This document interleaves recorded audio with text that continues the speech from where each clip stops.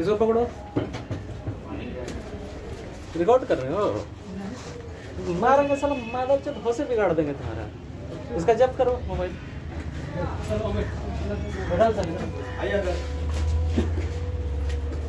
ज्यादा काबिल का झांट है तुम। काटे हुआ बैठा साले को उधर। जा जा तुम जा जा करके बैठो। तुमसे ज्यादा मैं रिकॉर्डिंग करने आता है। डाले तुमको जेल भेजे हम 2 मिनट में साले जेल भेजेंगे यहाँ की सिक्रेसी आउट करने के लिए। तुमको थाना की सिक्रेसी आउट करने में 2 से 3 मिनट नहीं लगेगा।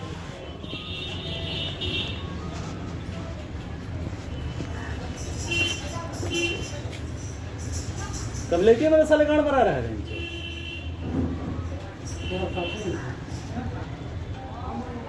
रिकॉर्डिंग कर रहा है।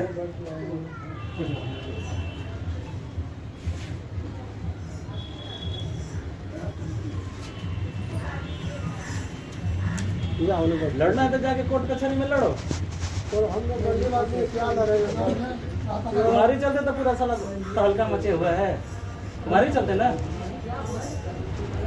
क्या गलत क्यों नहीं, पूरे दुनिया जान रहा है क्या गलत करते हो। हम तो लड़ाई वाला है, लेकिन हम अरे मोबाइल रख, चल भाग। तो ये दुर्भाग्यपूर्ण है। कानून इसमें बहुत स्पष्ट है। सरकार भी इसमें अत्यंत संवेदनशील है, विभाग भी अत्यंत संवेदनशील है कि अनुसूचित जाति जनजाति के सदस्यों और कमज़ोर वर्गों के अन्य लोगों के साथ कोई अत्याचार नहीं हो। अगर कोई भी करता है, कानून सबके ऊपर है, कानून से ऊपर कोई नहीं है। तो कोई भी ऐसे इस चीज़ में संलिप्त है तो उस पर सख्त से सख्त कार्रवाई हो। पुलिस इस तरह से क्यों करती है सर दलितों के साथ कि दलित को पकड़ लेती है शराब के नाम पे, जबकि नियम अब बन गया है कि शराब पीते हुए कोई पहली बार पकड़ा जाए तो आर्थिक दंड हो सिर्फ उसके साथ, लेकिन पुलिस पकड़ती है, मारती है, पीटती है और जान तक चली जाती है सर। और जज के सामने खड़ा होते ही बोरा मांझी की जान चलेगी। उसमें क्या हुआ सर? कौवा कोल का एक मामला है सर। वहाँ पर पुलिस अधिकारी द्वारा, थाना प्रभारी द्वारा एक महिला को मारपीट की गई, महिला के साथ, युवती के साथ, और इतनी मारपीट की गई कि पहले नवादा सदर अस्पताल में भर्ती किया गया, फिर वहाँ से रेफ़र करके पावापुरी भेजा गया, जबकि कुछ ज़्यादा एज भी नहीं है उस युवती का, और उसके माता पिता के साथ भी मारपीट की गई। तो पुलिस अधिकारी द्वारा दलितों को पीटा जाना, अभी महिला पुलिस एक भी नहीं थी, ये कल का मामला है। यूपी में और झारखंड वगैरह ऐसे कई राज्य हैं जहां पर ट्विटर पे अगर टैग करके, पुलिस अधिकारी को टैग करके शिकायत दर्ज की जाती है तो उस पर संज्ञान लिया जाता है सर। कहीं आपको अगर टैग करके लिखा जाए कि हम एफआईआर करना चाह रहे हैं लेकिन संबंधित थाना प्रभारी एफआईआर दर्ज नहीं करें तो आप उसमें एक्शन लेंगे सर? अक्सर ऐसा होता है कि कोई भी अनुसूचित जाति के व्यक्ति के साथ कोई उत्पीड़न होता है और वो थाना जाता है, तो थाने में या तो एफआईआर नहीं लिया जाता है, और अगर एफआईआर लिया गया तो उल्टे उसी को थाना प्रभारी प्रताड़ित करते हैं जो एफआईआर करने गया है। दबाव डाला जाता है कि केस वापस ले लिया जाए। पटना के गौरीचक थाना में कुछ ऐसा ही मामला हुआ। गौरीचक थाना के जो थाना प्रभारी हैं लाल मुनि दुबे, कृष्ण कुमार नामक व्यक्ति ने एफआईआर किया कि हमारे साथ उत्पीड़न हुआ, SC/ST एक्ट के तहत मुकदमा दर्ज किया, लेकिन कार्रवाई करने के बजाय गौरीचक थाना के प्रभारी लाल मुनि दुबे उसी को उत्पीड़ित करने लगे, उसी को प्रताड़ित करने लगे, गाली देने लगे, और गाली वाला वीडियो भी उसके पास प्रमाण के तौर पर है।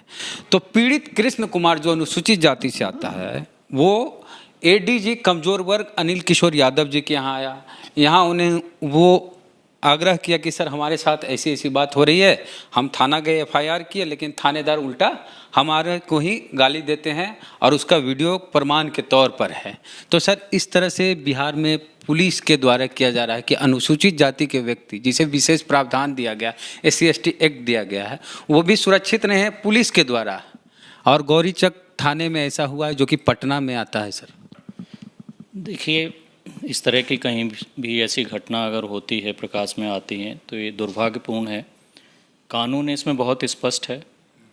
सरकार भी इसमें अत्यंत संवेदनशील है, विभाग भी अत्यंत संवेदनशील है कि अनुसूचित जाति जनजाति के सदस्यों और कमज़ोर वर्गों के अन्य लोगों के साथ कोई अत्याचार नहीं हो। अगर कोई भी करता है, कानून सबके ऊपर है, कानून से ऊपर कोई नहीं है। तो कोई भी ऐसे इस चीज़ में संलिप्त है तो उस पर सख्त से सख्त कार्रवाई हो।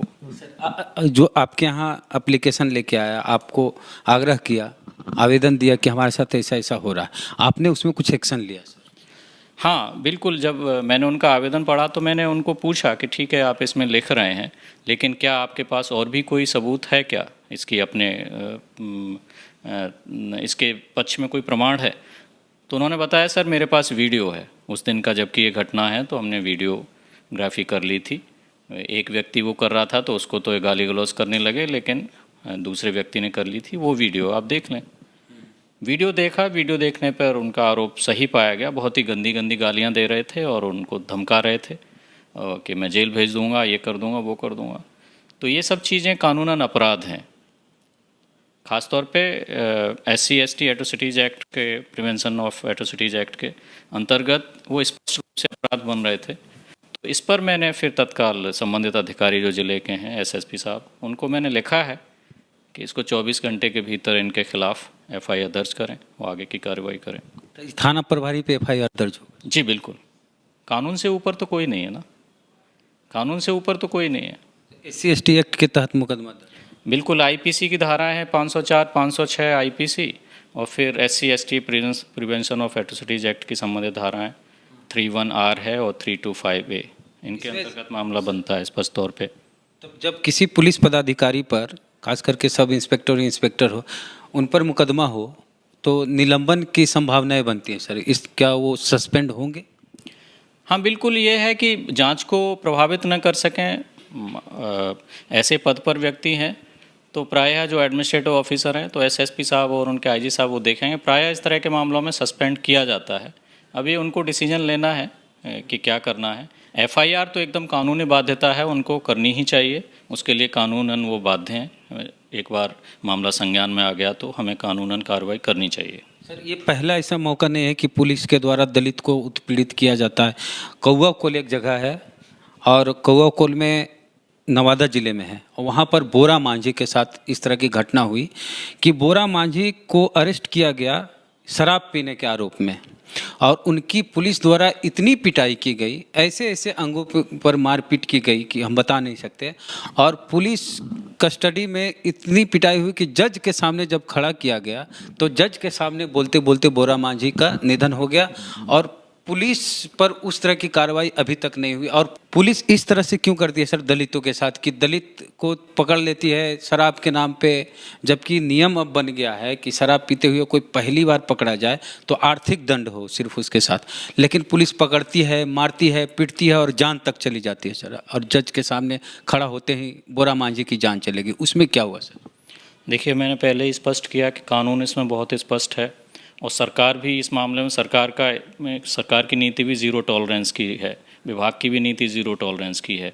और ये ख़ास तौर पे ये जो अधिनियम है SC/ST prevention of atrocities act, इसमें तो राज्य के माननीय मुख्यमंत्री जी सबसे बड़ी समिति के अध्यक्षता करते हैं।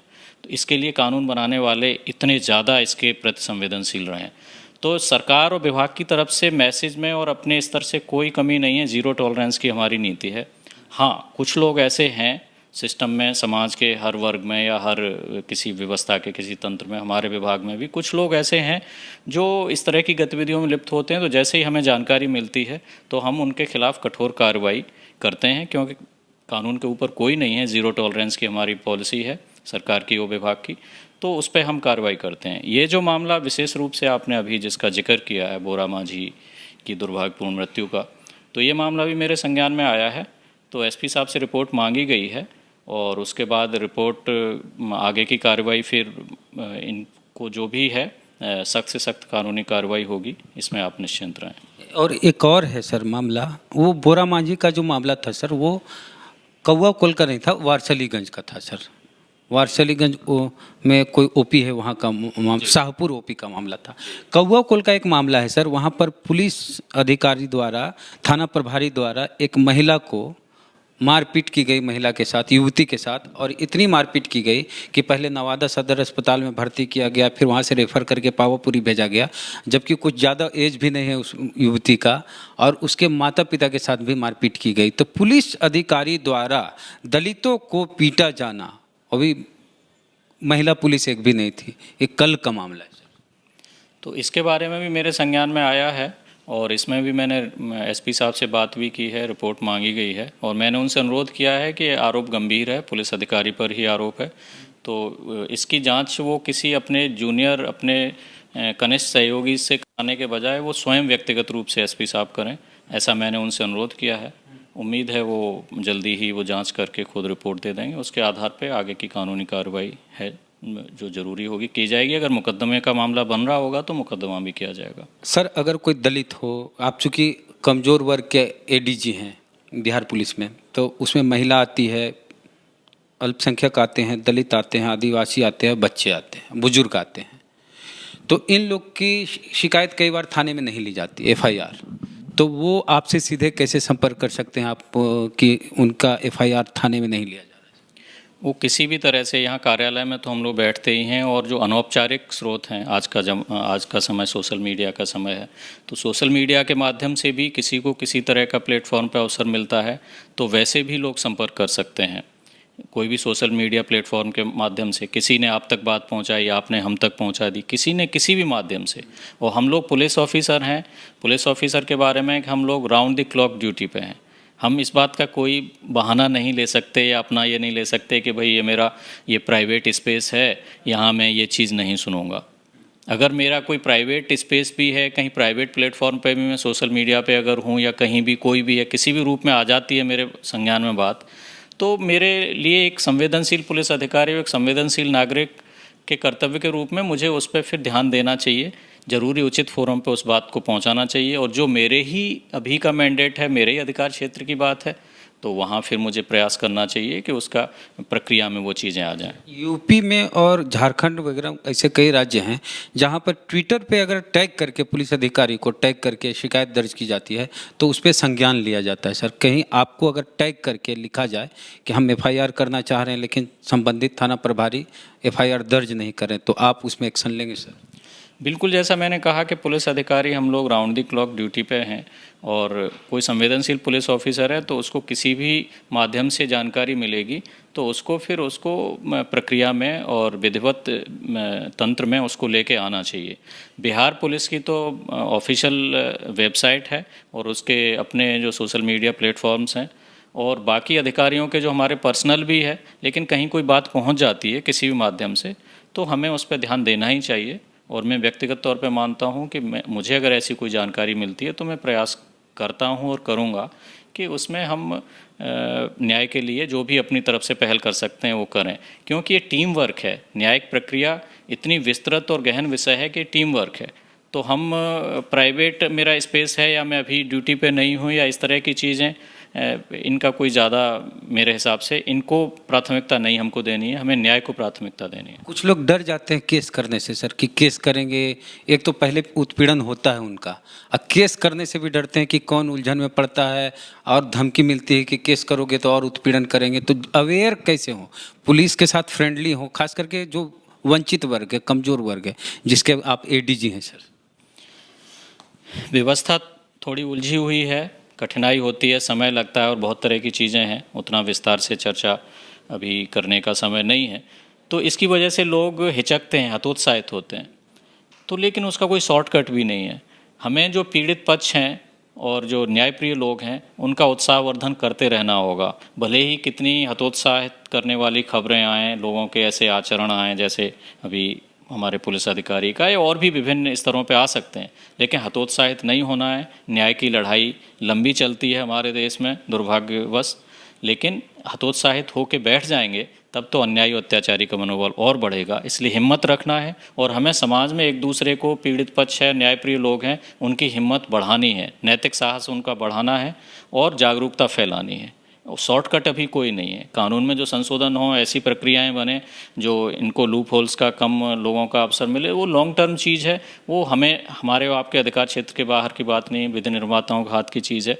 लेकिन हमें शॉर्ट टर्म में लगातार एक दूसरे जो अच्छे लोग हैं उनका मनोबल बढ़ाने के लिए अपना जो कीमती योगदान या छोटा बड़ा योगदान जो भी हो सकता है वो देते रहना होगा। पुलिस के पास जब कोई जाता है दलित समाज का व्यक्ति तो पुलिस एफआईआर दर्ज नहीं करती है। सबसे बड़ा मामला इस तरह का देखने को मिलता है। अगर ऐसी स्थिति हो तो एडीजी कमजोर वर्ग अनिल किशोर यादव जी हैं, इनसे आप संपर्क कर सकते हैं ट्विटर पर, मेल के माध्यम से या फ़ोन के माध्यम से, व्हाट्सएप के माध्यम से, जैसे भी हो। हम ट्विटर का हैंडल इनका स्क्रीन पे दे देंगे।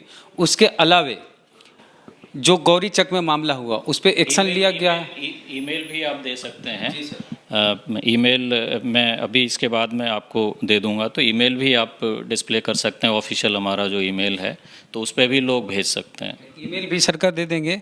और गौरी चक में जिस तरह से एक दलित एफआईआर करने गया तो उल्टा थाना प्रभारी जो लालमुनि दुबे हैं वही उसके साथ उत्पीड़न करने लगे, गाली देने लगे, उसका वीडियो प्रमाण के तौर पर है, और एफआईआर करने की धमकी देने लगे। तो इस तरह का मामला हुआ तो सर ने एक्शन लिया और वो शायद निलंबित हो सकते हैं और उन पर एफआईआर होना तय है। और जो सरौनी कौआकोल में जो मामला हुआ है, एक युवती के साथ पुलिस अधिकारियों ने, कौआकोल थाना के पुलिस पदाधिकारियों ने जो कुछ किया, मारपीट की, दलित युवती है, उस पर भी एक्शन लिया जाएगा। मामला संज्ञान में आया है सरकार। तो पूरी बातचीत को लेके आप क्या सोचते हैं, प्रतिक्रिया कमेंट बॉक्स में दें। और फेसबुक पे वीडियो देख रहे हैं, पेज को लाइक फॉलो नहीं किया तो कर लीजिए। यूट्यूब पे वीडियो देख रहे हैं, सब्सक्राइबर नहीं हैं तो घंटी बजा कीजिए। जय भीम, जय भारत।